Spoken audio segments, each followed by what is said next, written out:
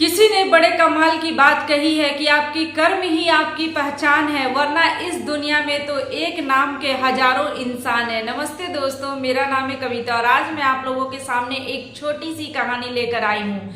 तो ये कहानी है एक जादूगर की, जो जादू दिखाता है जगह जगह पर जाकर, और उस बहुत ही अच्छे से जादू दिखाता है। उसके जादू के कारण वो बहुत ज्यादा प्रसिद्ध हो जाता है, बहुत ज्यादा उसका नाम होने लगता है। तो एक बार राजा के यहाँ से उसे जादू दिखाने के लिए बुलाया जाता है, आमंत्रण किया जाता है। तो वो इस चीज के लिए बहुत खुश होता है कि राजा के दरबार में मुझे जादू दिखाने जाना है, तो मैं तो वहां से अच्छा खासा पैसा कमाऊंगा। बहुत खुश रहता है कि जादू अच्छा दिखाऊंगा, राजा मुझे इनाम में भी बहुत अच्छे से देंगे, इनाम उनाम।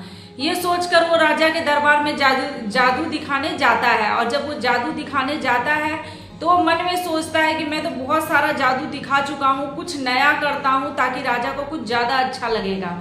तो वो क्या करता है, जादू दिखाने में वो राजा का जो मुकुट होता है उसे ही गायब कर देता है।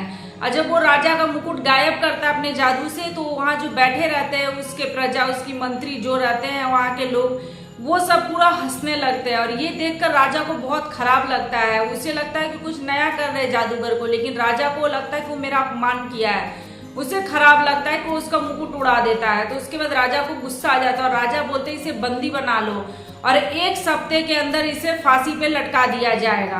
तो उस जादूगर को बंदी बना लिया जाता है, उसके ले जाके तहखाना में डाल दिया जाता है। तो उसकी जो पत्नी रहती है उसे पता चलता है कि जादूगर को राजा दरबार में कैद कर दिए, तो वो बहुत ज्यादा परेशान हो जाती है, रोती है, दरबार में पहुंचती है, वहां जाती है अपने पति से मिलने के लिए। तो वहां जाकर रोती है, बोलती है कि तुम यहाँ पे आए थे पैसे कमाने के लिए, कुछ अच्छा इनाम पाने के लिए, राजा ने तो तुम्हें मृत्यु दंड दे दिया और एक सप्ताह के अंदर ही तुम्हारा फांसी लगाने का है। वो खूब रोती है। तो वो बोलता है जादूगर, अरे रोती क्यों, अभी एक सप्ताह, अभी मैं मरा थोड़ी हूँ, एक सप्ताह बाकी है, अभी एक सप्ताह बाद राजा मुझे फांसी देंगे, तो इसमें टेंशन क्या लेना, फिक्र क्या करना, इस तरह से वो बोलता है। तो उसकी पत्नी रोज उससे मिलने जाती है। तो ऐसे ही 5 दिन 4 दिन, तो बोलता है अभी 4 दिन, अभी 5 दिन, अभी 3 दिन बचा हुआ है ना।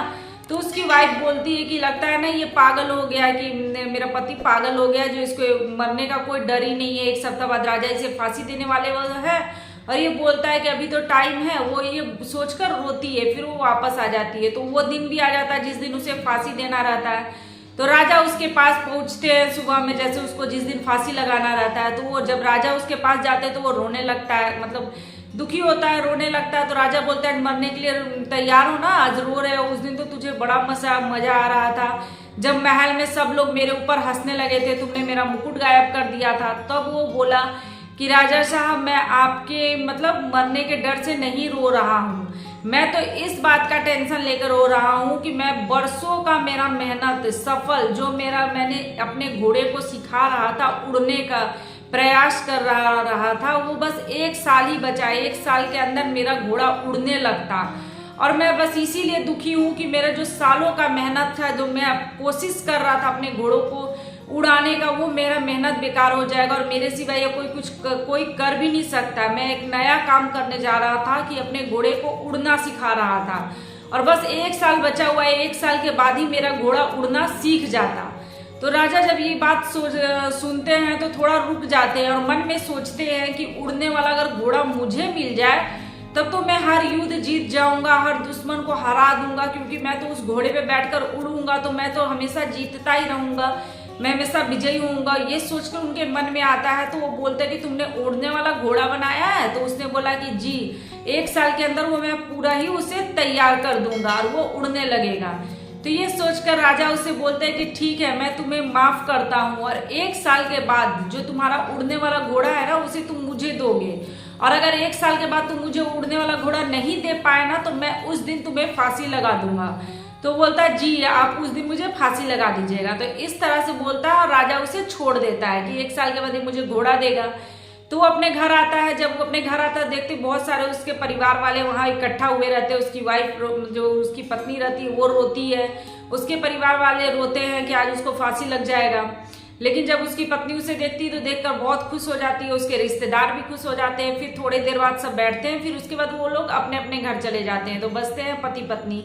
तो उसकी पत्नी पूछती है कि राजा ने आपको माफ कैसे कर दिया, क्या हुआ? तो वो उसने बताया ये हुआ, 1 साल के बाद मैं उड़ने वाला घोड़ा के लिए बताया हूँ। राजा बोले कि ठीक है 1 साल बाद तुम मुझे देना वरना तुम्हें फांसी लगा दिया जाएगा। तो फिर वो परेशान हो जाती है, बोलती है क्या बोलकर आ गए आप, 1 साल के बाद आप कौन सा उड़ने वाला घोड़ा बना रहे, क्या हमारा घोड़ा उड़ता है, आपने कभी उसे सिखाया है। तो बोला अरे 1 साल है, तुम टेंशन क्यों लेती हो, देखा जाएगा 1 साल के अंदर क्या होता है, तब तक आराम से खाओ पियो अपना काम करो। बस वो अपना फिर से जादू दिखाने लगता है। और 1 साल के अंदर ही जैसे 6 महीने के बाद ही राजा मर जाता है, उसके 3 महीने के बाद उसका घोड़ा मर जाता है। तो अब उसको ये टेंशन ही खत्म, ना राजा रहे ना घोड़ा रहा, ना उसे कोई फांसी देने वाला रहा 1 साल के अंदर। तो ये दोनों खत्म हो जाते हैं। तो यही उसने बोला अपनी पत्नी को कि पहले से टेंशन लेकर क्या फायदा, जो होना है वो तो होगा ही होगा। अगर मेरा कर्म खराब रहता, मुझे फांसी लगना रहता तो लग जाता। 1 साल बहुत लंबा टाइम होता है, कौन जानता है, कल का फिक्र लेकर आज दुखी रहने से क्या फायदा। तो यही छोटी सी कहानी, और इस कहानी की बस यही सीख है कि अगर आप आज में हो तो आज में खुश रहो। आप कल की फिक्र करके क्यों सोचते हो, कल क्या हो कोई नहीं जानता है, आप भी नहीं जानते हो। तो झूठ मूठ का टेंशन लेकर क्या फायदा है। इससे अच्छा खाए पिए और अपने आज की जिंदगी में जिए और खुश रहें। बस ये कहानी की यही छोटी सी सीख थी। तो दोस्तों आप लोगों को मेरी आज की ये छोटी सी कहानी कैसी लगी, अगर अच्छी लगी हो तो इसे लाइक करें, शेयर करें, और अगर आप मेरे चैनल पे न्यू हैं तो इसे लाइक सब्सक्राइब और शेयर जरूर करें। जो बेल बटन आता है उसे प्रेस कर दे ताकि मैं जो नेक्स्ट वीडियो डालूं आप लोगों को मिल सके। नमस्ते, मिलते हैं नेक्स्ट वीडियो में।